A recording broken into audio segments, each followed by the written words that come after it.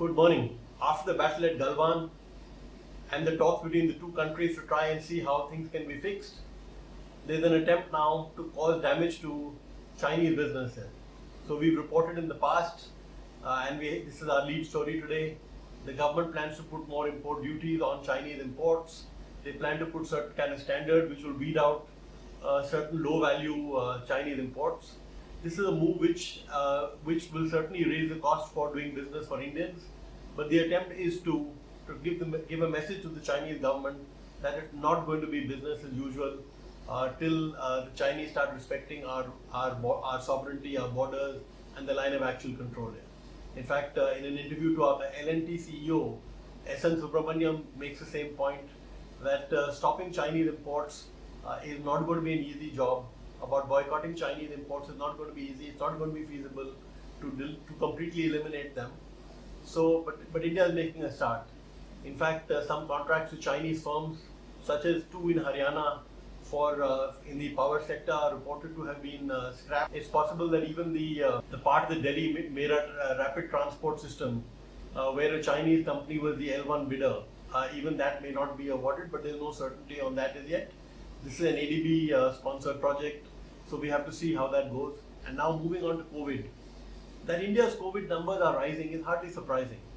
But what is really worrying is the fact that despite the large base, India has 4.2 or 4.3 lakh cases already. So despite the large base, the growth rate is once again increasing. For the fourth day running, the growth rate is increasing, which tells you that the peak is clearly nowhere in sight.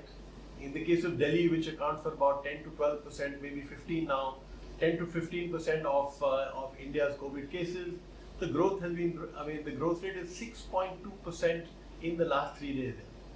So that's a very, very large number. And in the case of Delhi, as we report again today, the controversies just don't seem to be going away. There's been controversy over reporting of the deaths. So basically what the Delhi government seems to have done is that every time it was adding up the cumulative number of deaths, it was not adding up the death of that particular day. And the fact that there was a backlog of deaths for a long time made this classification or this misclassification easier.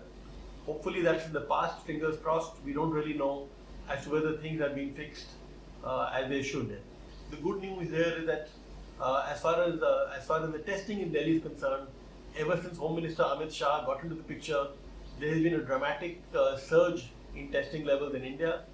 The other piece of good news is that over the weekend, Lieutenant Governor Anil Baijal had come out with a ruling which basically said that nobody could be home quarantined without having at least 5 days of institutional quarantine. So he has scrapped that order. The reason why that order the reason why the AAP and other people are upset with that order was that they felt that people would stop coming in for testing if they knew that everybody had to go in for the government quarantine facilities, which are not really good at all. Now, the reason for Mr. Baijal's insistence on the institutional quarantine also, you can't blame him actually, is that he felt that one of the reasons why there's such a large spread in Delhi, and as I told you, the growth rate is increasing, he felt that one of the reasons why the growth rate was so much was that A, people are probably breaking the home quarantine. Secondly, it is possible that the home quarantine that was being done was not being done properly, as a result of which other family members were getting the infection and they in turn were spreading it to others.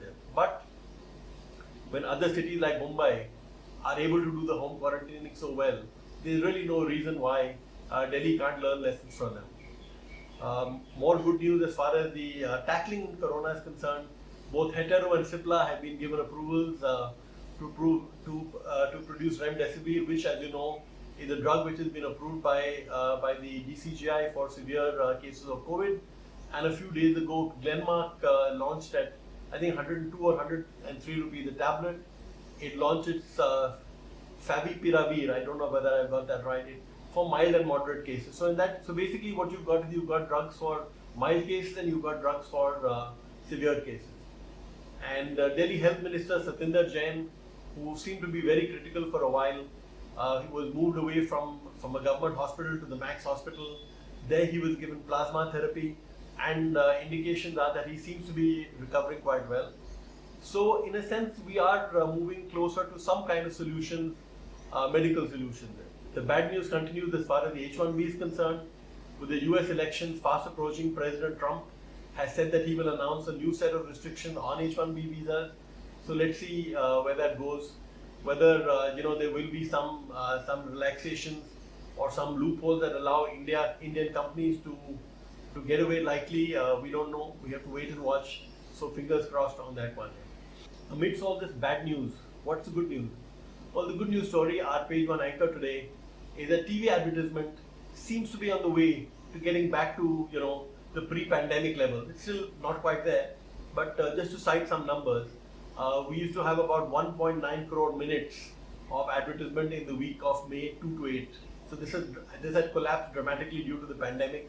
So from 1 crore minutes in the week of May 2nd, it was up to 2.7 crore in the week of June 6 to 12. So hopefully we'll see some of that in newspapers soon. But more seriously, as we've been saying for a while now, the news of the recovery as well as of the slowdown in the Indian economy is mixed. There are lots of indicators that show that things are looking better. There are indicators that show that things aren't looking bad. So we'll continue to report them on these videos in Financial Express in the print. But I don't think you'll get a clearer picture of what is happening for the next few months at least. Carrying on with the good news, ICRA Professor Ashok Gulati has written in our lead article in Financial Express today. Basically, he points to the fact that the Food Corporation of India has excess stocks, excess even beyond the buffer stock norms, which themselves, as we've reported in the past, are quite generous in. So Ashok Gulati looks at the level of the buffer stocks and he looks at the value of rice and wheat, and he says that these are worth 150,000 crore rupees. So that's a lot of money. And this is money which the government can get if it starts liquidating those stocks. And apart from blocking a lot of money, as Ashok points out, that the very fact that you need to keep those stocks at that level means that FCI has a large amount of borrowings. If these stocks are liquidated and the borrowing levels are reduced, then that itself will lead to a saving of about 8 to 10,000 crore rupees annually. I called it good news, but there's a bit of bad news here for people who don't read the Financial Express regularly, is that Professor Gulati has been making this suggestion for years and years. I'd go so far as to say even a decade or so here. So there's good news in the sense that we know what the solutions are. There's bad news in the sense that we've known for a long time and we haven't done anything about it. In fact, to give you an example of this, apart from what Ashok has just talked about, at the end of last week, the Prime Minister, the Government of India, initiated a move to start listing LIC. LIC is India's largest insurance company. It could be worth in the region of 8 to 10 lakh crores. So we'll have to see basically how that, what the market values it at. So the government has a lot of money. There's LIC, there's the FCI stock, there's other PSUs. In fact, the day that the Prime Minister announced his 20 lakh crore package, we had made the point that the markets wouldn't really get spooked. The markets and the rating agencies wouldn't really get spooked about the level of debt if the Prime Minister followed this up with credible moves to show that India was serious about reducing its debt.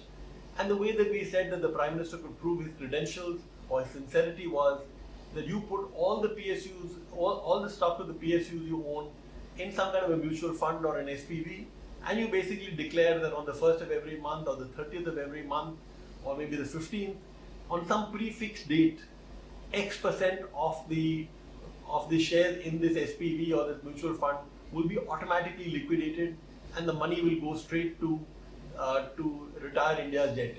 So in the past, India's disinvestment program has suffered a lot because the government has kept delaying disinvestment because they felt market conditions weren't ready. So with this solution that we are proposing, it would actually be possible, it would be automatic in fact, that the disinvestment would take place. With the pandemic taking a toll, it's not surprising that ticketing platforms like Book My Show, for example, it's not surprising that ticketing platforms are deep in trouble. In fact, as our story points out today, the industry is looking at an 80% slump in revenues this year.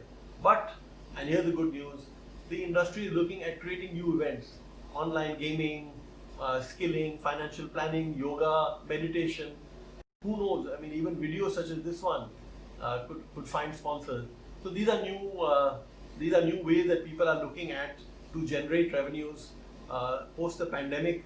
Not all of them will work, but the fact that industry is working on them shows that one, it continues to be nimble, and it shows that there's a lot of opportunity out there even now. In fact, talking of opportunity, matrimonial sites, we have a story on this one. Matrimonial sites are looking at innovative ways to increase their traffic here. So they have virtual meet and greets. They are offering, all kinds of facilities, pre-sanitized weddings, organizing the caterers, the makeup artists, and things like that. Frankly, if the big Indian wedding can move online, then there is absolutely nothing in India that cannot shift online. That's a lot of good news coming our way. Let's see how that works out. Hope you had a great weekend and are ready to get back to, home. Thank you.